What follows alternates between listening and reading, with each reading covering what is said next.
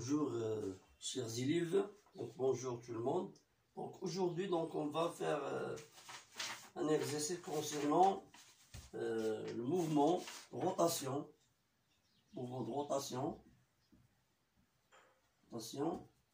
d'un corps solide autour d'un axe fixe. Alors, donc on va traiter dans cette vidéo, donc on va traiter un exercice concernant un corps en rotation associé avec deux corps en translation. D'accord? Alors, je lis maintenant l'énoncé de cet exercice. C'est comme suit. Alors,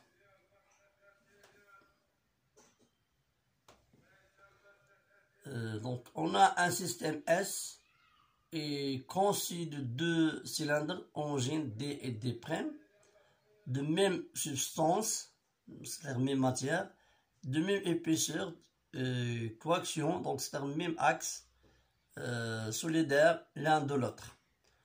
Donc c'est-à-dire un mouvement, même angle de rotation, même vitesse angulaire. Alors, le moment d'inertie du système S par rapport à son axe de rotation égal. On roule sur chaque cylindre un fil inextensible de masse négligeable, soit F1, le fil enroulé sur D1 de rayon R1, et à son extrémité, donc on suspendu un corps de masse M1, 3 kg, et soit F2, le fil enroulé sur le cylindre D2 de rayon R2. R2 c'est 2R1. À son extrémité, on suspend un corps de masse M. Alors, on libère le système sans vitesse initiale. Comme montre cette figure ici.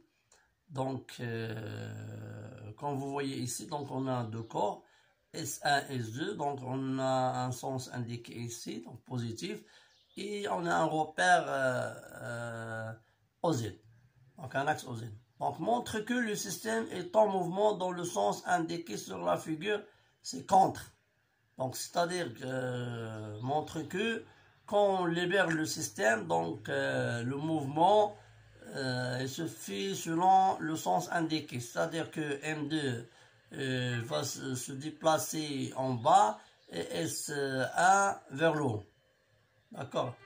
Puis, en réalisant une étude dynamique, montre que l'équation différentielle vérifiée par θ de point peut s'écrire sous la forme. D'accord. Alors, en déduire les valeurs de l'accélération linéaire A1 de corps de masse MA et A2 de corps de masse 2. Calculer les tensions T1 de F1 et T de F2. Donc, la dernière question.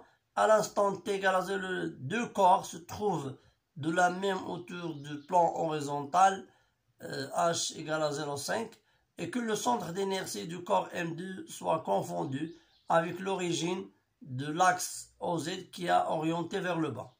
Alors, on considère le point M, contact entre le fil F2, trouver les caractéristiques du vecteur accélération où ce point, à l'instant T où le corps M2 descend de H sur 2.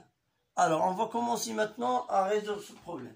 Alors, avant de commencer, on va dessiner donc la figure. Donc, on a ici donc ça c'est le corps S2. Donc, on a un repère ici. Donc, ça c'est OK. Et ça, on a alors Q donc se trouve horizontal. On a un point horizontal ici. Donc le corps se trouve H sur 2. D'accord, donc H sur donc ici. D'accord. Ça c'est se trouve donc centre d'inertie, donc T égale à 0. Ça c'est H. Ça c'est H. D'accord? Il se déplace jusqu'à la moitié. Donc ça c'est H sur 2. Donc ça c'est le corps, j'ai oublié que ça c'est pour ça c'est, il a enroulé sur le, donc il a enroulé, donc et ça c'est S1. Alors la première question, donc ça c'est plus. La première question, donc 1, c'est de montrer que le sens de déplacement, c'est le sens indiqué dans la figure. Alors,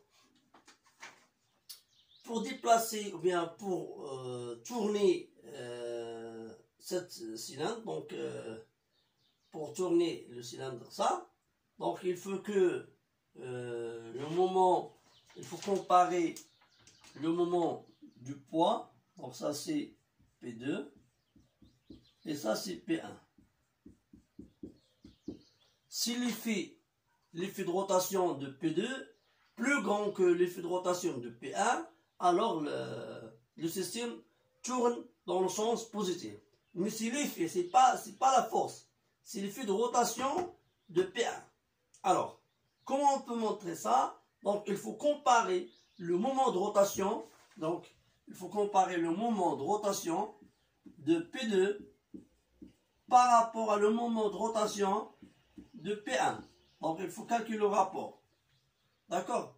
Donc, égal. Donc, la distance, ça c'est R2. Donc, c'est R2 fois P2. Donc, la distance de P2 par rapport à le centre de rotation, c'est R2. Divisé par R1 fois P1. Donc, égal. R2, c'est 2R1 fois M1 fois G fois M2 fois G, divisé par R1 fois M1 fois G. Donc, on va simplifier avec ça. Et aussi avec R. Donc, M2, c'est 4, c'est 2. Donc, ça fait 4 sur 3 et supérieur à 1. D'accord? Alors, donc le moment, l'effet de... Alors, donc le moment de P2 plus grand que le moment de P1. Alors, l'effet de rotation de P2 plus grand que l'effet de rotation de P1. Alors, le système, donc, le système tourne dans le sens positif. D'accord? Dans le sens positif. Ça, c'est la première question. Alors, pour la deuxième question, de montrer... Alors, pour la deuxième question, c'est de montrer une relation que θ de point, donc, égale à R1, G 2M2 moins M1 divisé par donc G delta plus R1 au carré 4M2 plus M1. Alors, pour montrer ça, on a deux façons à traiter ce type de problème. Soit on traite chaque corps indépendant. Par exemple, on va étudier le corps S1, puis S2, puis S. D'accord? Et on peut traiter le système, c'est comme S, S2 plus et S3. Donc, dans cette façon, bien dans ce cas, donc il faut faire attention qu'il faut indiquer seulement les forces extérieures de ce système. Donc les forces extérieures c'est quoi? C'est P2 et P1. Mais donc pour faire un travail qui a des avantages, des intérêts, donc il faut traiter Donc, on a S1. Donc, premièrement, on va étudier donc, le mode S1. Donc, S1 en translation. Il se met S1, il se met des forces. Ça, c'est T1. D'accord? Donc S1 se met à P1 et T1. D'accord? Donc, on va traiter le mouvement dans le même repère. Hein? Dans le même repère ici. D'accord? Ça, c'est la même chose ici. Donc, même repère. Ça, c'est K. Pour ne pas tomber à des problèmes, des relations entre les abscisses de S1 et les abscisses de S2. Donc, on choisit les mêmes repères ici. Alors, on a d'après deuxième loi de Newton, que P1 plus T1 égale à M à 1. Donc, on fait la projection, donc on trouve que P1 moins T1 égale à M à 1. D'accord, hein? Ça est A, c'est une grandeur algébrique. Grandeur algébrique. Alors, pour S2, c'est la même chose ici. Ça, c'est T2. Donc, il a soumis à P2 et T2. Alors, P2 plus T2, donc égal à M à 2. Donc, si on fait la projection, on trouve que P2 moins T2, donc égal M à 2. Donc, on a trouvé deux relations ici. On a trouvé deux relations. Alors, maintenant, on passe à traiter donc le corps S. Alors, S soumis à R delta, c'est la réaction de l'axe de rotation, le poids de système, et donc ça, c'est une force, ça s'appelle T1', ça c'est T1, et ça c'est T1', ça c'est T2, mais ça c'est T2'. Alors, donc, on va commencer maintenant. Donc, c'est quoi? Donc, on a, regardez ici que, regardez ici qu'on a, et T1' et T2'. D'accord? Si vous voulez, donc ici, donc, seulement, il y a 4 forces. Donc, ça, le moment de ça égale à 0. Donc, le moment égale à 0. Ça, c'est le moment égal à 0. Parce que le poids en intersection avec delta, la direction de R en intersection avec delta, donc les deux, le moment égal à 0. Il reste que le moment, c'est-à-dire le moment, donc la relation fondamentale de la dynamique. Il indique que le moment de T1' plus le moment de T2' égale à G delta θ de poids. Alors, le moment de T1', ça c'est négatif, c'est moins T1 fois R1, plus le moment T2', c'est T2 fois R2 égale à G delta θ de poids. D'accord? Alors, on a trouvé ce système. Regarde ici que ça, donc il y a une technique donc qu'il faut le faire attention, que on a deux techniques à trouver cette expression. Donc le plus simple, on a deux techniques, hein. Donc regarde ici. Donc on a, ça c'est moins T1 et ça c'est moins T1 mais fois R. Donc fois R1. Ça c'est moins T2 et ça c'est T2. Alors, il suffit de multiplier ça par R1. On multiplie ça par R1. Et on multiplie ça par R2. D'accord? Donc, on note ça, c'est comme 1, ça c'est 2, ça c'est 3. On fait quoi? Alors, donc, ça, 3. Donc, alors, 3 plus 2, donc moins 1. Donc si on fait ça, on obtient que cette expression. Donc, puis donc on va chercher une relation entre A2, A1 et θ2 points. Donc on a A2 égale à A2, donc égale à R2 fois θ2, mais A1 égale à moins R1 fois θ2. Donc pourquoi moins?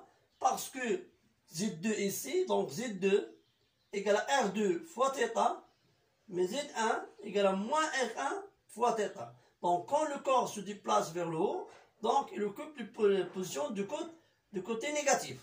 D'accord? Du côté négatif Z. D'accord? Négatif, mais θ c'est positif. Donc on fait multiplier par moins. Tu vois ça ici. Alors, donc on remplace ça dans cette expression, on obtient que R1 G facteur 2M 2 moins M1 égale à θ2 points facteur G delta plus, donc, plus R, donc ça c'est 4, donc R2 au carré c'est 4, 4 R1 carré M2 plus R1 carré M1. Alors, θ2 points égale R1 G facteur 2M2 moins M1 divisé par G delta plus R1 au carré divisé par 4M2 plus M1. Alors, maintenant on est arrivé à montrer l'expression de l'accélération angulaire. Donc, quand vous voyez ici, quand 2M2 moins M1 est positif, donc le mouvement se fait dans le sens indiqué, c'est à 2 points positifs. Mais quand ça c'est négatif, c'est à 2 points négatifs, c'est-à-dire le mouvement se fait dans le sens inverse, premièrement. Alors, enfin, on est arrivé à montrer dans cette situation que, donc, on est arrivé à montrer dans cette vidéo que, premièrement, on a deux mouvements, mouvement de translation et mouvement de rotation. Donc on applique la loi de Newton pour S1 et S2 parce qu'on est en translation et on applique la relation fondamentale sur S. Puis donc on a introduit une technique mathématique pour simplifier avec T1 et T2, comme vous voyez ici.